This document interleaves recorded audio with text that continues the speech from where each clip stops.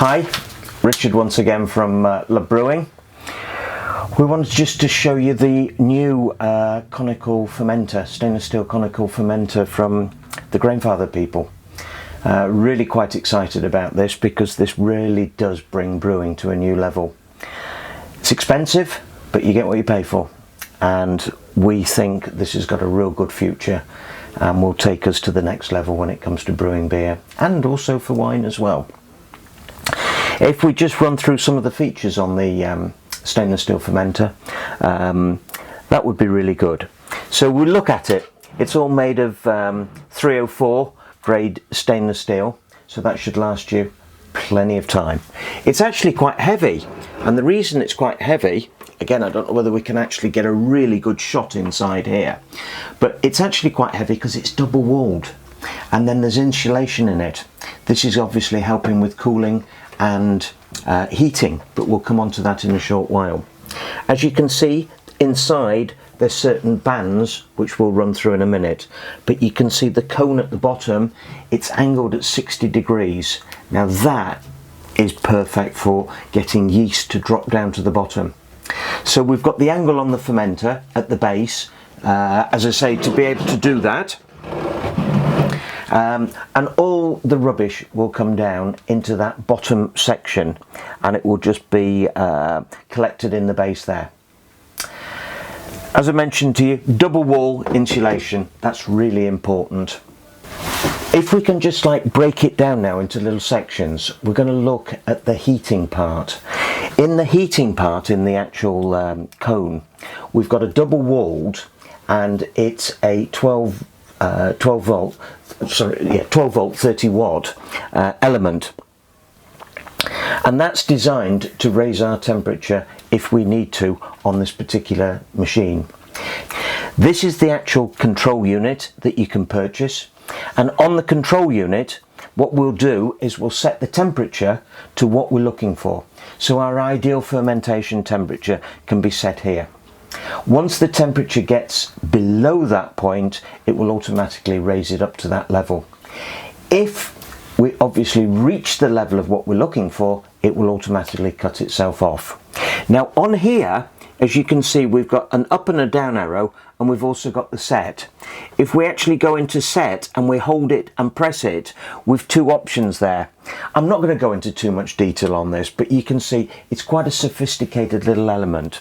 As standard, if we actually take the settings, that is plus or minus 0.3 of 1%. So if it comes down, if we set it to 20 and it drops down to 19.7, then obviously it will automatically kick in. Once it goes over 20.3, it will automatically shut itself off. So you've got the ability to be able to do that.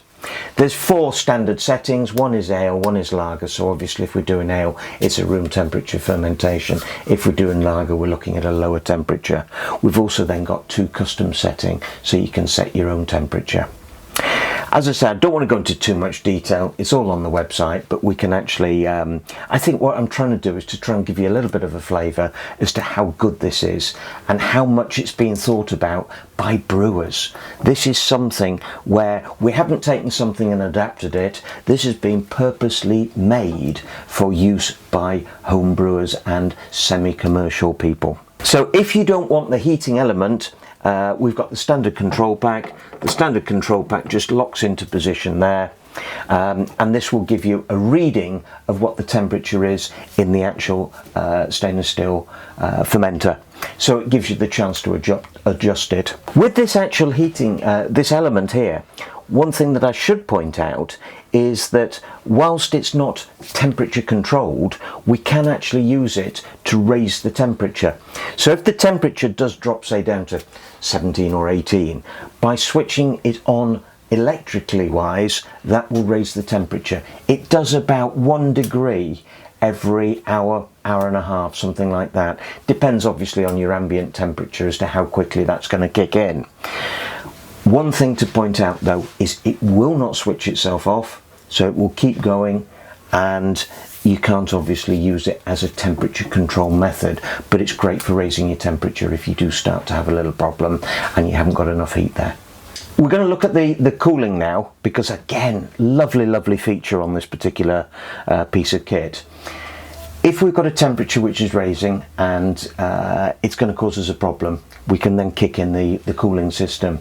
I think particularly important if you're in an area where you're going to raise temperature, or if you're obviously using lagers and you wanted to keep that temperature quite low. Inside here we have a jacket, double insulated jacket, where whatever it is we're going to use to do the cooling will actually float round. We've got the in and the outlet on the two pipes here, so you can see here and here, which we'll get some close-up pictures of. You've got your in and your out, so the water is going in, it gets flirted round and it comes out. If we're going to use water, now there'll be a submersible pump coming soon, not available at the moment, but it will be coming soon, which will allow you to do that, and it will just pump the water around. Alternatively, we've got glycol that we can use, and we'll show you about the glycol cooler shortly, but we're going to come on to that in a bit. But you've now got this option. Obviously think in terms of being able to control your temperature of fermentation. Most people obviously in the UK, we've got the problem of raising it, but there are going to be people who are going to look to chill it down, and obviously using lagers and things like that, they're going to need that facility. Excellent. We've also, the other great thing about this piece of kit is how many times have we got plastic where we use it for fermenting and you get scratches, scrapes, and it end up being a source of bugs. With it being all stainless steel, you're not going to have that problem, but also it does make it really easy to keep clean, because as you can see, it's really smooth on the inside. You've got no areas of potential bugs or what have you, and we can use a nice cleaner sterilizer on it, so perfect from an access point of view. We can get into it dead easy. I'm going to show you the valve on the bottom as well, which again will help you make things nice and easy from a cleaning point of view. Okay, so I'll just put that back up and then we'll start looking at the valve on the base. Alright, so if we're looking at the base, we have here a plate which is held on by a clip. Now this is what comes as standard, and if you're wanting then to take it to the next level, you need our special fitment to go on the base. As you can see, it just clamps very simply into position. You can probably see the base there. So as you can see, we've got the flat plate with the O-ring in position. We've got the clamp just to hold it all nicely together, and then the nut. So that's all going to go on the base if we've got it as the standard package. So I think most of us are going to go for the facility with the actual fitting on the bottom. So we're going to have a look at the fitting on the bottom and see what you think of that. This is our dual valve fitting, being designed by the Grainfather people. They were very conscious of making sure that we were able to have a dual access point, but with one fitting, and therefore keeping infections, bugs and all the other things down to an absolute minimum. So here we have the facility. As you can see, we've got an up and down here, ooh, like so. Actually, I'm going to just hold it there. We've got an up and down facility. As you can see, this is now coming up at the top so that we're going to get the liquid to come down and out. So we've got the up and down movement there. We've got here is the point where we're going to take out the yeast from it, and here we've got a point where we can take a sample, and that's just on and on off switch. So at any stage that we need to do a hydrometer reading, we can turn on and off and we can collect. If you want to put a piece of siphon tubing on there, that's fine, but we've actually had a go at it and it works quite easy. It looks a little bit more fiddly than it actually is. Once you actually come to use it, you'll find it's really good. Now also what we've got here is we've got an extension piece, and all this, bear in mind, all this is like easy and breaks up so that we can make sure it's really clean and sterilized. But here we've got a point which is going to go inside the cone of the fermenter, and we're actually going to be taking liquid after we've got all the trump in the bottom of the base, or yeast sediment if we're actually using it for making wine. So we've got that facility there. with this. We're also going to actually have an extended piece which will also be available for where you've got different types of brew with more problems on those. This, as I said, fits very closely on the bottom. We put the O-ring in place. We've got the clamp which then goes on and holds it in position, and we tighten it up on the nut. So all this here is above and all this is below. I'm not proposing to do that because it is a little fiddly, but once you've done it 2 or 3 times, you'll find it just goes on dead easy and really quite simple to do. All in stainless steel, which is obviously really important from a cleanliness point of view. And as we've said before, everything comes to bits so that we can actually clean it dead easy. Okay, so that's the dual valve. It is an extra, as I mentioned before, but one I think well worth having. And here is what it looks like with the tap fitting. I'm going to show you actually in place.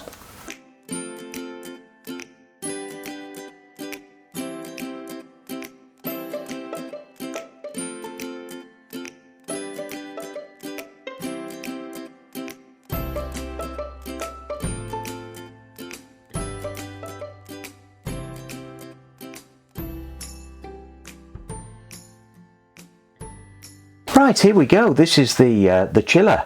Very, very exciting. This is going to help us maintain our temperatures really good. It's going to keep the flow going through the wall of the stainless steel. This particular unit, we're going to use it with glycol. So the glycol will go in. Glycol's so much better at being able to get your temperatures much lower, and it works really quickly as well. Now this unit will do 4 separate fermenters. On the front here we've got an on-off switch, and then we've got 4 individual ports, and all we need to do is just press on each of the numbers depending on how many we're actually going to run. Right, I'm just going to show you at the top here. We've got a chamber at the top. In fact, I'll just put it on its side. On the top we would have the entrance there for putting the glycol in. We'd be using 3 litres of glycol and 3 litres of water, all going in there, and that tightens up. Now in terms of emptying it, at some stage you might need to empty it, but I've got to say it's going to be rare, because once the glycol's in it with the water, then it's in really for good. You might need to top it up every so often.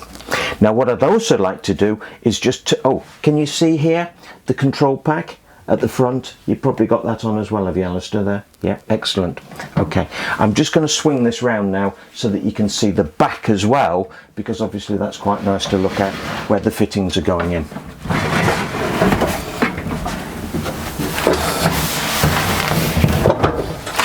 So here you can see all the fittings going in. And the pipes will attach to these. I'm going to show you the pipes separately as well, but for obviously each fermenter you will need 1 set of pipes. Now with this particular unit you get 1 set of pipes, that's all, so you might need at some stage to buy another 3 sets, but I'm going to show you those separately. And they connect to the back here. As you can see, they're all in sequence order. So on this particular unit, we've obviously got temperature control at the top.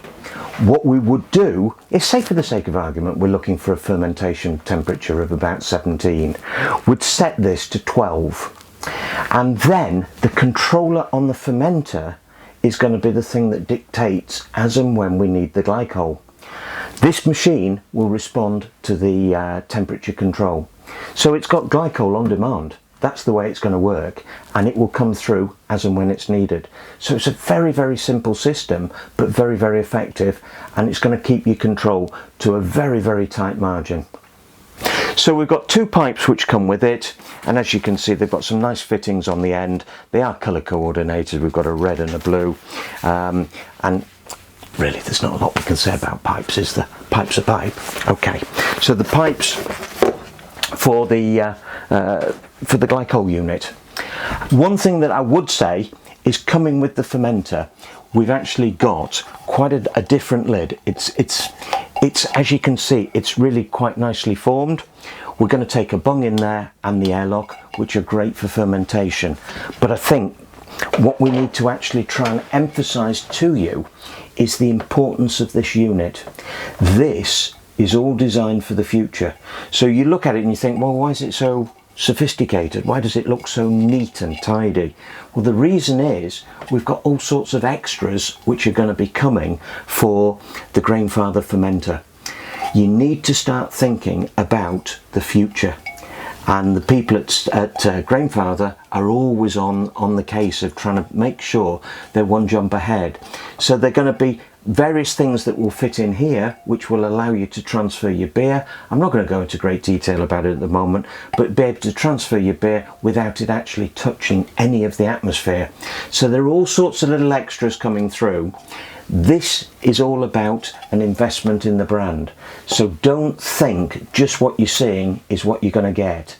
There'll be all sorts of things coming through in the future, and I think that's really important, because once you've made an investment like this, you don't want to be thinking in the future, oh my goodness, I shouldn't have bought that because I need this, that and the other. All those things will all lock in to the Grainfather, so you won't be disappointed with your purchase. Thanks ever so much for your time.